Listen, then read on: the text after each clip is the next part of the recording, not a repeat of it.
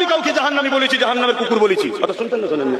আমি যাকে তাকে বলিনি, যাকে তাকে বলিনি, আমি জালিমকে বলেছি। যে মুমিন মুসলমানকে কেস দেয় তাদের বিরুদ্ধে বলেছি। আল্লাহ রাসূল খারিজিদেরকে বলেছে জাহান্নামের কুকুর। যারা মুমিনদের উপরে জুলুম অত্যাচার করতো, মুমিনদের উপর অত্যাচার করেছে, জুলুম করেছে, 25-30 হাজারের উপরে নিরীহ ছেলেদেরকে যারা মুসলমানদের কেস দেয়, ঘর ভেঙে দেয়, পুকুর কেটে দেয়, ইফতারের থালাতে লাথি মারে, রোজার মাসে ঘর থেকে বার করে দেয়, পেটে বাচ্চা আছে লাথি মারে, পানি খেতে দেয় না, এই রকম গাদ্দারকে বলেছি। যারা ঈদে মিলাদুন নবীর প্যান্ডেল ভাঙতে আসে তাকে বলেছি। যে বলে মসজিদ মাদ্রাসার জন্য বাংলায় নয় দিল্লিতে গিয়ে আন্দোলন করো তাকে বলেছি। আমি কোনো অন্য লোককে বলিনি। এরপরও কিছু ভাড়াটিয়া মলিশে আমার পিছনে লেগেছে, আবার কিছু মলিশে চাপে পড়ে লেগেছে। যা বলার বলে দিয়েছে, ক্ষমতা নেই বক্তব্যকে কাটার কারণ। ধর্মীয় স্টেজ থেকে বলেছে তো, এটা আমি আমি একজন রাজনীতি নেতা হিসাবে আমি এখন পারফর্ম করছি। আমারও আমি ইসলাম ধর্মের অনুসারী, আমি হ্যাঁ একদম, কিন্তু আমি ইসলামিক ফতোয়া ফারাইজ তো আমি এখন দিই না। যারা যারা সার্টিফাইড আলেম, যারা যারা আর্ট সার্টিফিকেট আছে, তার মধ্যে একজন হচ্ছে মির্জা আব্বাস সিদ্দিক, এটা মাথায় রাখবেন। মাইকে অনেক চিৎকার চাচ্ছেন, অনেকে করতে পারে, যে কথাগুলো ইতিপূর্বে অনেক কথা বলেছিল, অনেক বিতর্ক তৈরি হয়েছিল, দিনের শেষে কিন্তু কথাগুলোকে এস্টাবলিশ হয়েছে ওনার কথা। সুতরাং এই যে কথা বলছেন, অনেক বড় বড় হযরত আল্লামা স্কলারদের বক্তব্য শুনে নেবেন, যাকে যেটা সেটা তাকে বলতে হবে। ক্যানিং এ আবার পিটিয়ে খুন, জালালউদ্দিনের পরে এবার রাজু সরকারকে পিটিয়ে খুন করলো এক মুসলিম যুবক বলে। হ্যাঁ দেখুন, আমরা পশ্চিমবাংলায় ক্যানিং এ একটি ছেলেকে, তার ধর্মীয় পরিচয় হচ্ছে মুসলিম, আমি হিন্দু মুসলমানের ভেদাভেদে যাচ্ছি না। যখন আদিবাসীদের সমস্যার কথা বলি, আদিবাসী বলি, তাহলে মুসলমানদের সমস্যার কথা মুসলমান বললে অসুবিধার কথা, সাম্প্রদায়িক হয় না একটা কথাতে। দলিতদের সমস্যার কথা বললে, নবসূত্রদের ভাইদের সমস্যার কথা তো আমি ডাইরেক্ট বলি, আর মুসলমান নাম নিলে নাকি বলে বলে সাম্প্রদায়িক হয়ে যাচ্ছে। তো আমি ডাইরেক্ট বলছি, একটি মুসলিম ছেলেকে পিটিয়ে খুন করা হলো। আমি গতকালকে গিয়েছিলাম মর্গেতেও, পিজি হসপিটালে মর্গেতে, তার পোস্টমর্টম হয়ে বাড়ি নিয়ে গেল।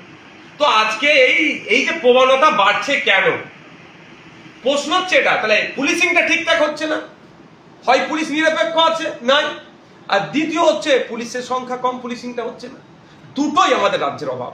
একটা হচ্ছে পুলিশ নিরপেক্ষ নাই, পুলিশিংটা কম হচ্ছে, দ্বিতীয় হচ্ছে পুলিশে প্রায় 1.5 লক্ষের উপরে শূন্য পদ আছে। ফলে থানা গুচ্ছে বাড়িয়ে যাচ্ছে, থানা বাড়িয়ে যাচ্ছে, পাড়াতে পাড়াতে থানা করে দিচ্ছে। থানাতে অফিসার লাগবে তো, পুলিশ লাগবে, কনস্টেবল লাগবে তো, এএসআই লাগবে তো, এসআই লাগবে তো, লেডি কনস্টেবল লাগবে তো, লেডি এসআই লাগবে তো, বা এসআই লাগবে তো, সে কোথায়? আর দ্বিতীয় কথা হচ্ছে, একটা তৃণমূলের যুগ সাজগ আছে। দেখবেন যেখানেই দুর্নীতি অন্যায় হচ্ছে, কোন কারাবি দেখুন, তৃণমূলের যুগ তো আছেই আছে। তার মধ্যে বিজেপি মানলেও ওই বিজেপি নেতাটার সাথে বা ওই বিজেপির সাথে তৃণমূলের একটা ভালো সম্পর্ক আছে। এই করার সাহস প্রবণতা বাড়ছে কেন? এটা আটকাতে হবে। আমাদের পশ্চিমবাংলা রাজ্যে কেন prevention of communal and targeted violence bill নিয়ে আসছে না বিধানসভায়?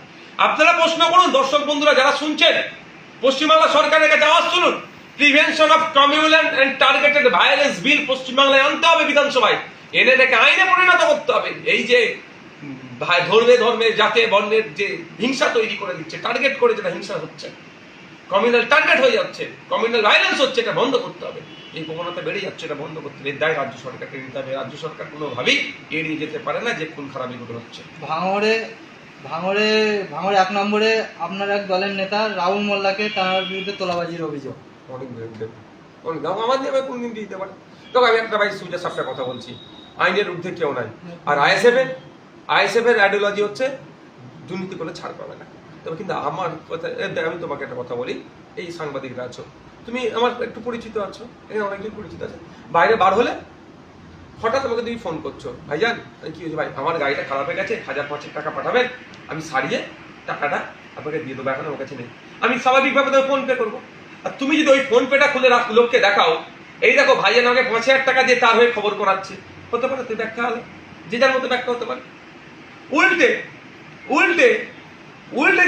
এই ব্যাখ্যা যে যার মতো করবে। তারপরে বলছি, কেউ দুর্নীতি করলে ছাড় পাবে না, 1 নম্বর। দ্বিতীয় কথা হচ্ছে, কেউ যদি কারো কাছ থেকে তোলাবাজি অন্যায়ভাবে করে থাকে, আইন আছে, প্রমাণ কিন্তু তাকে করতে হবে। অভিযোগ আমি যে যার নামে অনেক অভিযোগ করতে পারে, অভিযোগের সত্যতা প্রমাণ করার দায়িত্ব অভিযোগকারী। এক মুসলিম যুবককে যে দাঁড়িয়ে ধরে টানা হলো, মুখ্যমন্ত্রী বলছে যারা বাইরে আছে পশ্চিমবঙ্গে চলে আসবে, এসে ব্যবসা করে। পশ্চিমবাংলায় আসলে এরকম মার খাবে, বাইরেও মার খাচ্ছে, কেন মারবে? বাইরে মার খেলে তাও 1000 টাকা দিনে ইনকাম করতো, 1200 টাকা দিনে ইনকাম করতো রোজ, এখানে মার খাবে 300 টাকা পাবে। দেখো সংখ্যালঘু দরদি সরকার। মুসলিম দরদি সরকার চলছে পশ্চিমবাংলাতে, মুসলিমদের বাসিয়া, বিজেপিকে নাকি ওরাই একটাই আটকাবে। আর এরা ভোট দিলে তো বিজেপিকে আটকানোর ক্ষমতা মমতা থাকবে। এরা যদি আমাদেরকে ভোট দেয়, আমাদের ক্ষমতা হবে বিজেপিকে আটকানো। এরা যদি কংগ্রেসকে ভোট দেয়, তাহলে কংগ্রেসের ক্ষমতা হবে বিজেপিকে আটকানো। এরা যদি সিপিএম কে ভোট দেয়, সিপিএম তাহলে বিজেপিকে আটকাবে। এটা করছে না, তৃণমূলকে দেবে। তৃণমূল আর বিজেপির মধ্যে তফাৎ। এখানে অঘোষিত বিজেপি সরকার চলছে। আজকে ছেলেটি আমার কাছে এসেছিল, অনেক অনেক ওর কথা বলেছে যে আমার বাড়িতে আমি মার খাবো, অবাক, আমার পশ্চিমবাংলা আমার বাড়ি, আমার জন্মস্থান, আমাকে এখানে আতঙ্কিত হতে হবে, মার খেতে হবে। তবে হ্যাঁ, এটাও স্বীকার করেছে, বলেছে আমাকে, আমি বলছি সব ওখানকার বাকি যে সমস্ত হিন্দু সমাজের মহিলারা বেরিয়েছিলেন, ওই যারা মাধ্যম মানে যে ছেলেটি কুলাঙ্গার এই কাজ করছে তাকে যথেষ্ট ভাবে আটকানোর চেষ্টা করেছে, এটাও আমাকে বলে গেছে। তবে হ্যাঁ, পুলিশের ভূমিকা নিয়ে অনেক প্রশ্ন আছে। পুলিশ ওকে কি বলেছে না বলেছে সবগুলো আমি আজকে কোর্টে তুলছে। পুলিশ কি করেছে না করছে আমিও উকিল লাগিয়েছি, কি হচ্ছে না হচ্ছে জানার জন্য।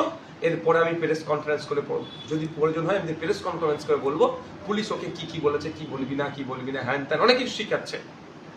কিন্তু ও সত্যবাদী ছেলে, একদম সত্য কথাই বলেছে, ও মিথ্যার আশ্রয় নেবেনি। কারণ বলছে আমার মুখে যেটা আছে, নবী পাক সাল্লাল্লাহু আলাইহি ওয়াসাল্লামের সুন্নাত আমার মুখে আছে, দাঁড়িয়ে, আমি দাঁড়িয়ে মিথ্যা কথা বলতে পারবো না। ওখানে আমার উপরে যখন আক্রমণ শুরু করেছে, আমাকে মারধর করেছে, তখন ওখানে হিন্দু সমাজের মহিলারা বিশেষ করে বেরিয়ে, এই তোদের পাড়াতে এসছে, তোদের গলিতে এসছে বলে মারধর করছিস, কালকে তুই ওদের গলিতে গেলে যদি মারে তোকে কি হবে, এরকম বলে রাগটাগ করে আটকানোর চেষ্টা করেছে। এটাও সত্য কথা বলেছে।